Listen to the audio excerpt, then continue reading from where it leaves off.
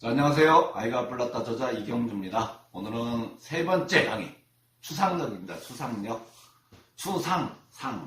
어떤 생각을 잘하는 아이를 만들 것인가. 그래서 정보를 잘 받아들이고 그 정보를 잘 받아들인 내용들을 잘 연결해서 언어로 또는 행동으로 잘 옮길 수 있는 아이를 만들 것인가. 오늘 추상력입니다. 그래서 추상력은 생각하는 힘이라고 그래요. 생각하는 힘. 즉 복잡하고 다양한 정보를 분류 분석하는 거죠. 오감을 통해서 우리 뇌 안에 정보가 들어오죠. 이 정보가 들어갔을 때 이 정보를 어떻게 뇌 안에서 연결을 빠르게 정확하게 잘 연결을 하느냐. 또 들어온 정보를 어떻게 잘 분류하느냐. 예를 들면 노란색 정보다는 노란색으로 분류하고 주황색 정보는 주황색으로 정보하고.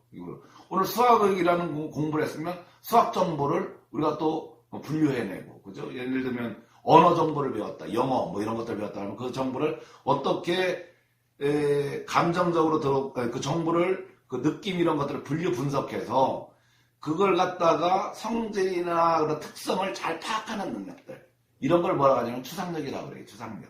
그죠? 추상력. 그래서 추상력이 발달할수록 아이들은 지적인 사고 능력과 이해력이 굉장히 뛰어납니다. 그래서 추상력이 발달인 아이들은 뭔가 남달라 이렇게 생각하는 게. 근데 추상력이 약한 아이들은 어떻습니까? 추상력이 약한 아이들은요, 엄마가 예를 들면 호랑이 다리 몇 개 이렇게 쉬운 걸 물어봐요. 이 쉬운 걸 물어봐도 추상력이 낮은 아이들은 어떤 일이 벌어지냐면 엄마 얼굴 딱 쳐다보고 1000개, 100개 끝하고 막 도망다니는 애들이 있어요. 이건 왜 그러냐면 뇌가 외부로부터 들어오는 오감에 대한 정보를 이 뇌 안에서 거부하는 거예요. 거부하는 거. 이걸 뭐라고 하느냐? 스트레스 저항이라고 그래요. 스트레스 저항. 그래서 아이들은 이 외부에서 오감을 통한 들어온 정보를 거부를 할 때, 거부할 때 표현하는 게 올라요. 첫 번째가 입으로 표현해. 그래서 호랑이들이 몇 개, 그러면 1000개, 100개 끝하고 막 도망다니는 아이들. 뭔가 엄마가 책만 읽어주려고 그러면 화장실 냉장고 왔다 갔다 하는 아이들. 이런 애들 뭐냐면 그 정보가 뇌에 들어오는 걸 싫어하는 거예요. 싫어하는 거. 그죠? 그 두 가지 방법이 있어요. 아이가 싫어하는 정보를 가질 수도 있고, 엄마가 책 읽는 방법이 잘못됐을 때 또 그런 경우도 있겠죠. 그죠? 그건 제가 또 계속 얘기해 드릴 테니까. 자, 그러면 첫 번째는 입으로 풀어요. 그래서 두 번째는 몸으로 풀어요. 몸이 가만히 있지 않고 붕붕붕 떠 있어요. 붕붕 떠 있습니다. 세 번째는 뭐냐면 손으로 풀어요. 손으로. 어머님들이 잘 모르는 게 뭐냐면 추상력이 약한 아이들은 입으로 풀어. 몸이 가만히 있지 않고 붕붕붕 떠다녀. 아, 얘가 지금 뭔가 어떤 정보 들어오는 걸 싫어하는 스트레스를 갖고 있구나. 이걸 알지만 잘 모르는 게 뭐냐면 아이들은 스트레스를 손으로 푼다는 사실입니다. 손으로 푼다는. 그래서 아이들은 스트레스를 손으로 푸는데 책을 읽어줄 때는 오래 집중을 못해. 그러나 블록이나 퍼즐 이런 걸 가지고 놀라 그러면 오래 집중을 해. 어머님들은 잘못해서 이 현상을 보고, 야, 이 아이가 집중력이 좋구나 그러는데 그 집중력이 좋은 게 아니라 손으로 스트레스를 푸는 거예요. 유아기 때는 입으로 풀던, 몸으로 풀던, 손으로 풀던, 크게 뭐라고 안 하죠. 왜? 놀이 중심이니까. 그런데 이 아이가 초등학교 가게 되면 이렇게 추상이라는 뇌 기능이 약하게 되면 어떤 일이 벌어지느냐. 선생님은 유아기 때는 자유롭지만 초등부터는 40분간 아이들이 앉아서 선생님을 바라보고 학습을 해야 돼요. 공부를 해야 돼요. 그런데 입으로 풀으면 혼나잖아요.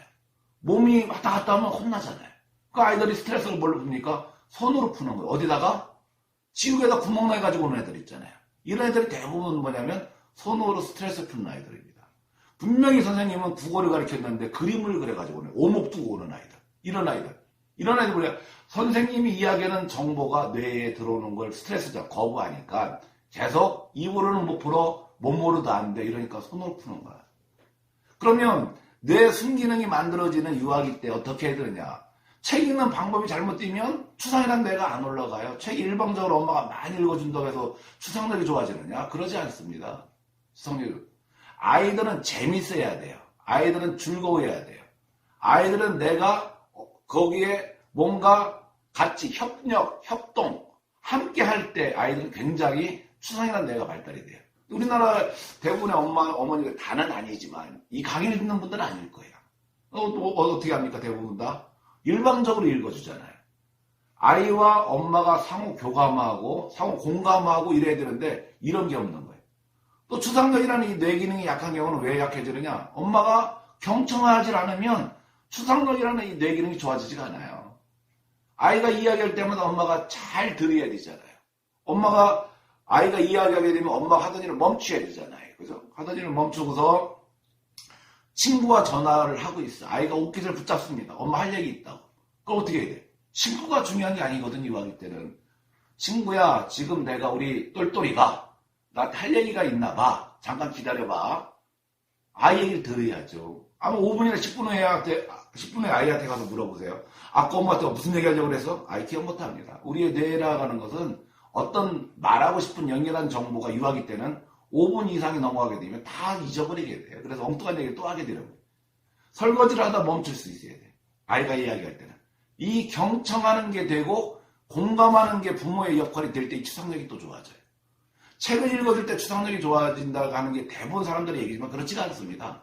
엄마가 얼마나 공감하느냐, 엄마가 얼마나 거기서 경청하느냐, 엄마가 거기서 얼마나 아이와 소통하느냐, 이 방법론이 굉장히 중요한 거예요. 그죠? 그 다음 시간에 또 얘기해 드리겠지만. 그죠? 자, 그러면 추상력이 좋은 아이들은, 잘 발달된 아이들은 어떤 게 있느냐? 평범한 가운데, 평이한 가운데 잘 보이지 않는 특성 같은 걸 잘 파악해냅니다. 아무리 복잡하고 다양해도 분석 같은 걸 잘하고, 얽힌 문제, 다양한 문제, 연결 구조가 좋아요, 연결 구조가. 그 다음에 이 글로 옮기고, 생각을 글로 옮기는 능력도 굉장히 뛰어나고, 그죠? 이렇게. 그 다음에 추상력이 너무 또 많이 발달되면 어떤 일이 벌어지느냐, 아이들이 공상 상상이 많아집니다. 공상 상상이 많아져요. 반면에 추상이라는 생각하는 뇌 기능이 약한 아이들은 생각하기 싫어하고 글쓰기 같은 걸 싫어해요. 그리고 생각하고 행동한 걸 생각한 걸 행동으로 옮기는 거 성격이 떨어지고, 그죠? 그 다음에 좀 지나치게 단순한 경향이 있고, 이런 경향들. 그 다음에 복잡한 거 하려면 실증을 많이 느끼고, 그죠? 골치 아파하고, 책 읽기 싫어하고, 이런 현상들이 많이 나타나죠.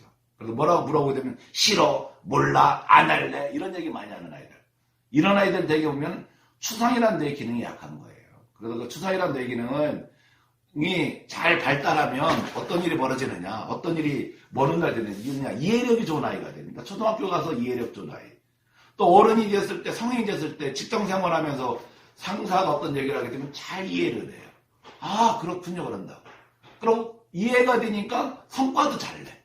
유아기 때 뇌가 8, 90% 만드는 시기에 아이가 추상력의 뇌 기능을 발달 못 시키게 되면 어떤 일이 벌어지느냐?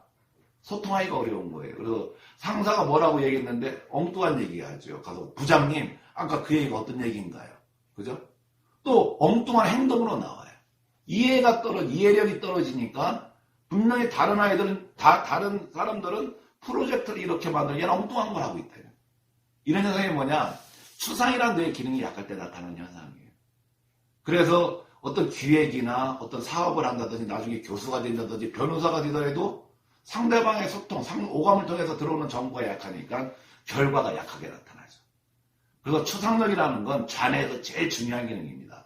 이 추상력의 기능을 잘 발달시키게 되면 어떤 학습이라는 걸 이해력이 좋으니까 다른 아이들보다 3, 40분 공부하는 것보다 10분만 해도 이해력이 빠르고, 그죠? 어떤 걸 파악하고 분석하고, 분류를 잘해요, 분류를. 그래서, 예를 들면, USB를 보면, USB 딱 보면은, 어떤 분들은 음악 및을 다 분류해가지고, 이런 기능, 이렇게 하면 돼요. 어떤 분들 USB 들어보면 막 쓰레기통처럼 막 들어있고. 추상이라는 데 기능은 뭐냐? 들어온 정보를 폴더에 넣을 때, 칸 정해가지고 잘 낼 수 있는 뇌 기능을 만들어주는 거. 이 기능은 유아기 때 만들어진다. 유아기 때 만들어지는데 어떻게 만들어지느냐? 5가지 원리. 잘 보는 훈련. 잘 보는 훈련을 시켜야 돼요. 두 번째는 뭐냐면 질문과 발문을 많이 하는 훈련. 질문과 발문을 많이 하는 훈련. 세 번째는 뭐냐면 생각을 갖다가 잘 연결하는 훈련. 그 네 번째는 그 생각하는 것을 표현하는 훈련들. 그죠? 5번째는 이렇게 표현됐을 때 엄마가 공감해주고 칭찬해주고 격려해주는 훈련들. 이런 거 훈련을 꾸준히 하게 되면 추상이라는 뇌 기능은 굉장히 좋아집니다. 오늘은 추상력에 대해서 말씀을 드렸습니다. 다음 강의는 그러면 추상력은 어떻게 발달하느냐? 이거에 대해서 추상력의 2강에서 또 말씀드릴게요. 감사합니다. 오늘 이걸 마치겠습니다.